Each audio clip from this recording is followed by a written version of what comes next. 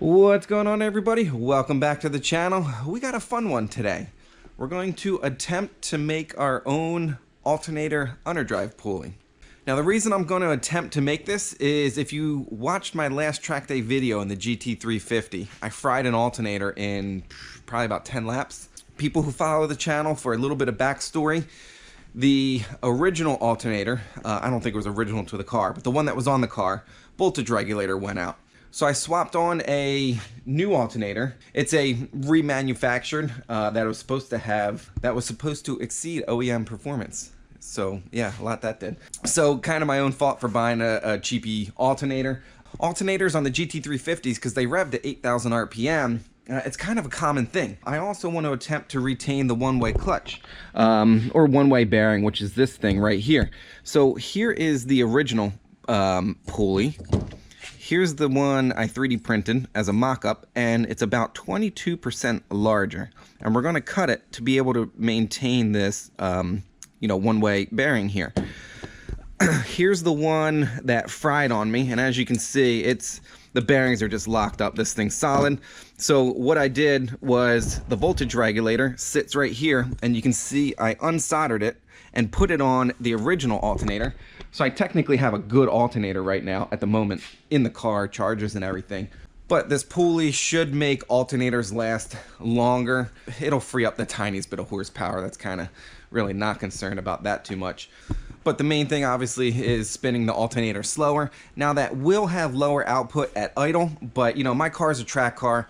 Pretty much anybody who's gonna have an issue with burning up alternators from living at a higher RPM isn't going to be running like heated seats or like a big stereo system, so that shouldn't be an issue. So yeah, I think that's about it. We're just going to jump right into it. It's going to be a bit of a learning curve. A lot of my videos, especially composites and aerodynamics, that's what I do, but being car related. Oh, this is new. It'll be the first time our new to us 1100M will be on the channel. We picked up this machine because we have a bunch of ideas of stuff we want to machine. A lot of like bracket kits for like installs. We got Camaro stuff coming out, or by the time you see this video, it will be out. At a Super here that we're going to be doing a splitter and some front end stuff on. So anyways, this should kind of increase our capacity to do stuff in-house for sure. I think that's about it, so let's jump into it.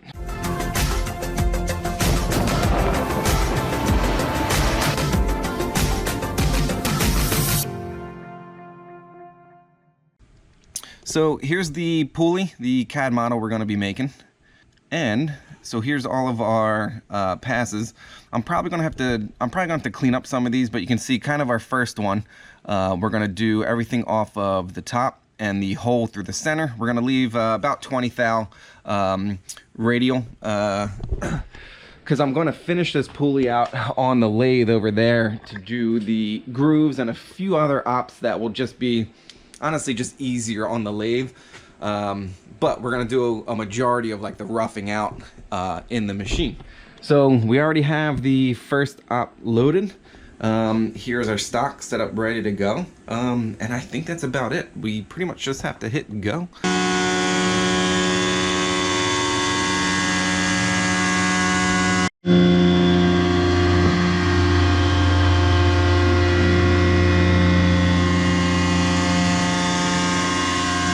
Alright guys, so the first toolpath is done.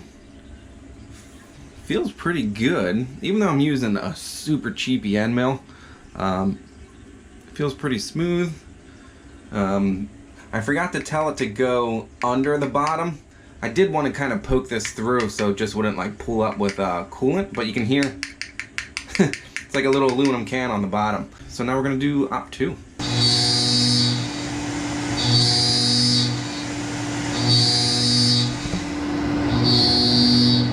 Alright, so finished all the holes, and now it's doing that contour to bring them to final dimension. I think. Let's see what we got. So, you know what? The walls inside of here look pretty good. This all feels good. Cool. Let me mic it out. But I think this top side is about done. Alright guys, so this inside rim here is supposed to be 3 inches dead. So let's see if we're right at 3 on the dot now. And dang. Now this isn't, yeah, that's pretty cool. So according to this, we're like dead on, and I'm trying to find the biggest spot. So yeah, awesome. And I checked a handful of the other ones and we're good. So we're gonna move on to a quick chamfer around some of these top bits, and then we're done with the top side.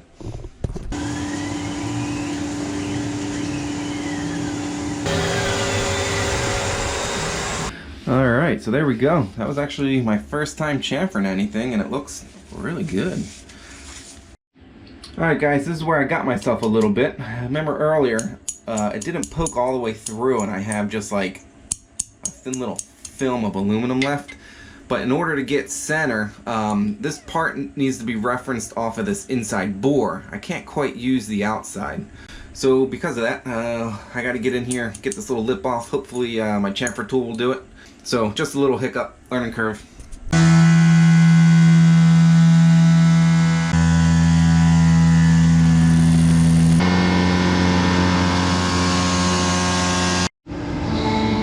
Alright, so right now you can see we're making our pass around it, which is kind of hogging out this, you know, lower bit right through here all the way around. Alright, so we're getting there. Several of these things are finished. The op we're going to do right now will be turn this outer boss with a contour, because you can see how when we did this pocket, it might show up in the light. It kind of has like ridges around it. So we're gonna final contour that. What else? Oh, this inside hole, and then we're gonna chamfer a few edges. All right, so side 2 is done. Chamfer looks good. So at this point, now I potentially could have taken this whole OD down to size, and like I wonder if there was some sort of like form tool that could like do the grooves and everything for me. That's a little bit beyond me, so that's why at this point we're gonna pull it out, head over to the lathe, and you know, kind of do those grooves and those, you know, finishing touches by hand. So here's the op 1 side, and here's the op 2 side. If I could go back and redo this front side, I would probably leave like 10th thou axial, and then take it off with the 1/4 inch, because it probably shows up on camera how much nicer that looks, much shinier than this side. Now it's smooth, you can't feel any of those marks. I think that just looks a lot cooler. So anyways, lessons learned. If I haven't mentioned it earlier, 90% of the reason I'm doing this is to just, you know, do projects on this, where if I mess up, not a big deal, I can make another one. It's kind of my own thing, and that just helps me do future stuff faster, better, more complex, whatever. So anyways, I'm happy with where we're at so far, so let's go do the rest. All right guys, so got my dial indicator on here, and oh, that reflection is terrible. We're within like a 1/2 thou. You might see it bounce a tiny bit. I will run it along this face, because we could be centered, but this could be a little bit, you know, crooked. But effectively we're set up.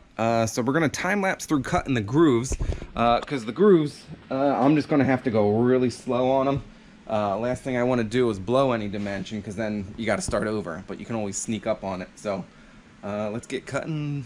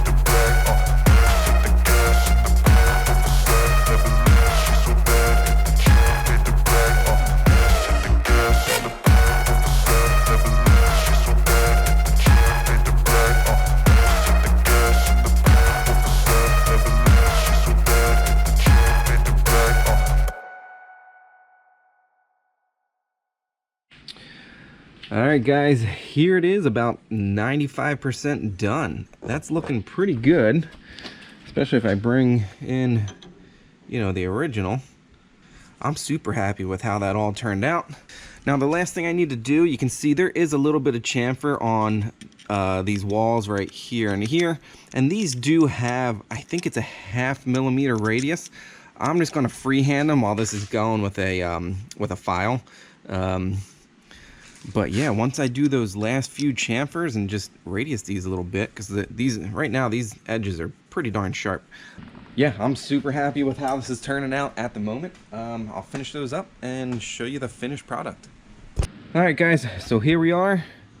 This thing's looking pretty good. I'm really happy with how it turned out. So, you know, here's the original 3D print, just so I can kind of see a physical model, and the original. Now this measures out at 2.62 inches or so.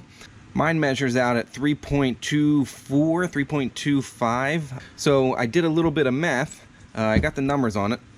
So you can see I weighed it. This original one was 668 grams. This thing's steel, very heavy.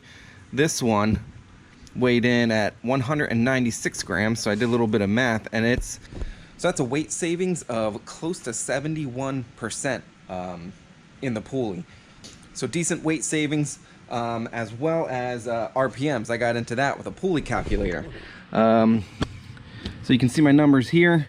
If the engine was at 8,000 RPM, that's about redline on these cars.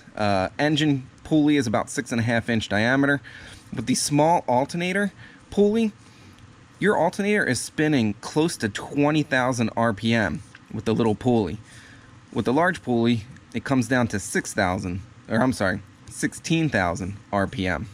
So the pulley is effectively done, but I'm looking at it, and I think there's one more thing I want to do to it before I press the bearings back in.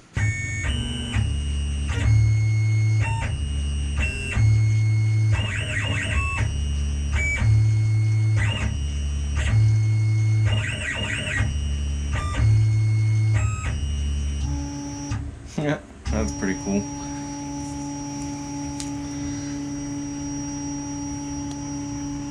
That was literally the first time I ever tried to engrave anything. I might have the settings. I can maybe go a little bit deeper. I purposely set Z like 5 thou higher than recommended, just because I don't know how deep it would dig in.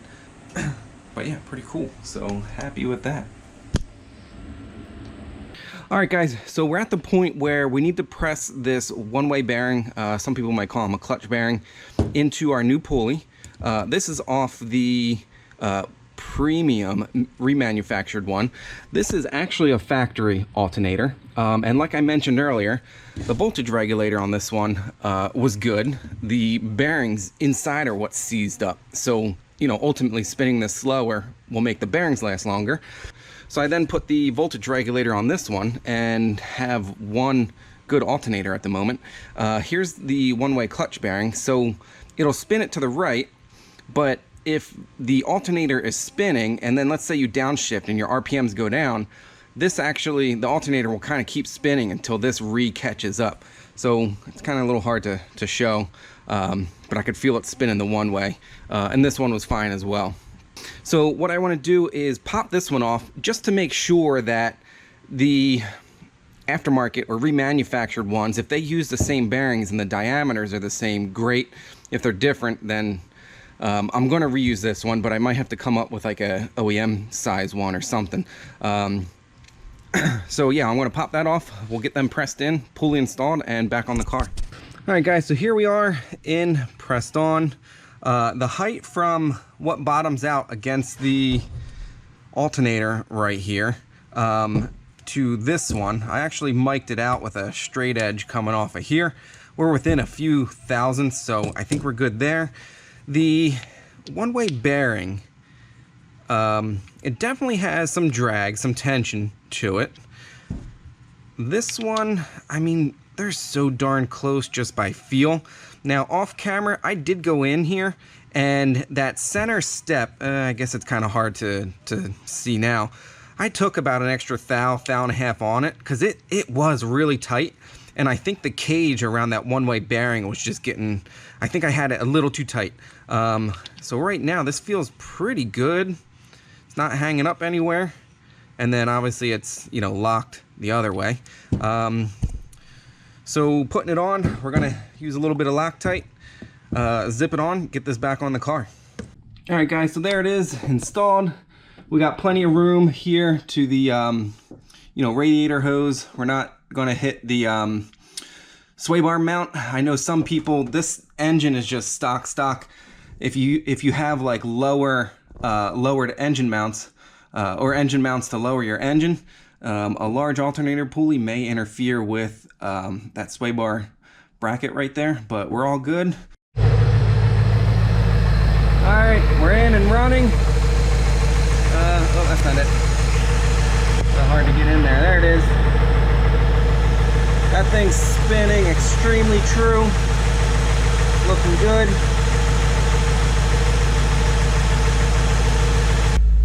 All right, so charging at 12.1, which I think is about normal. If I put the, let's see, I'm gonna put the headlights on. Oh, look at that. Because of the voltage regulator, when more load is on it, it actually went up a half of a volt. I'm gonna let's put the AC on. I think that's AC. Where is it? Max AC.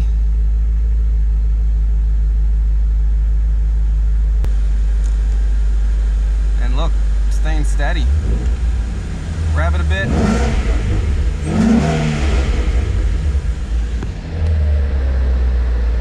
Pretty cool. So I'm just gonna let it idle for a little bit.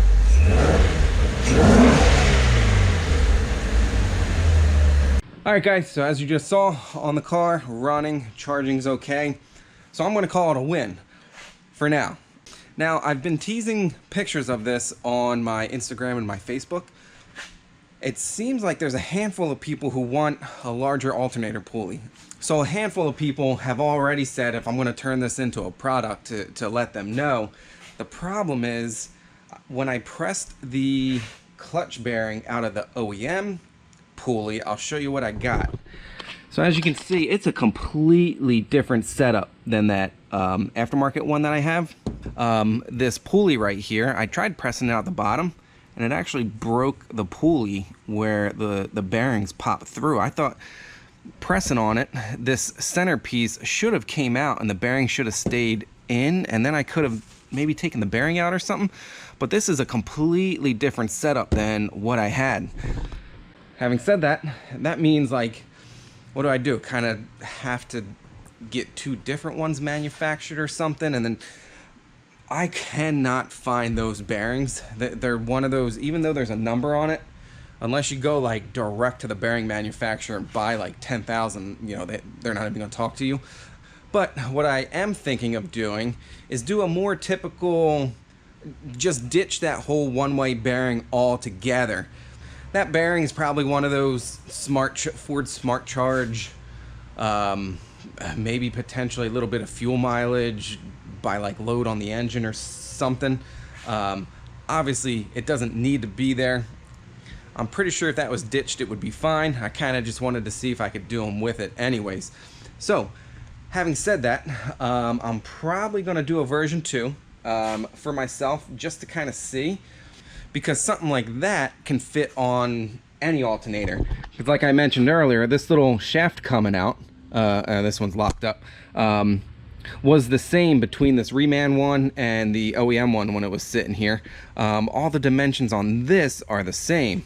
So if you have any interest in that, you know, please comment below, especially if you have a GT350 or even the 5.0s. I believe they share an alternator.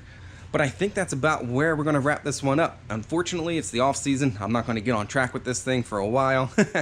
But it was a fun project. Got to use the CNC, got to use the lathe, engraving, you know, first time engraving something. So this was kind of a little bit of a whatever, just get into what I get into type video. So I hope you enjoyed it. Hope you learned something. Please hit that subscribe button. As always, thanks for hanging out, and I'll see you in the next one.